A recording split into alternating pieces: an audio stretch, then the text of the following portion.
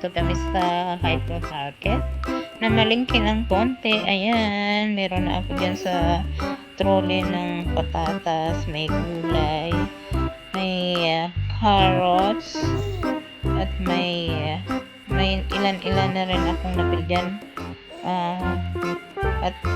Ayan, patuloy pa rin kami nag-iikot sa loob ng hypermarket. Bibili ng konting kailangan sa bahay. Nakabili na rin kami ng chicken. Ayan, bumili rin kami ng fried chicken. Luto na siya, ready to eat. So, like bread, kubas. So, ayan, pauwi na kami, guys. Update lang to, guys. Dahil walang ibang update si Adlon. So, ayan, nandito ng konti sa pamamalingki. So, thank you so much. Maraming salamat sa panonood ng mga short video at na-upload ni Ako. See you next time. Maraming salamat.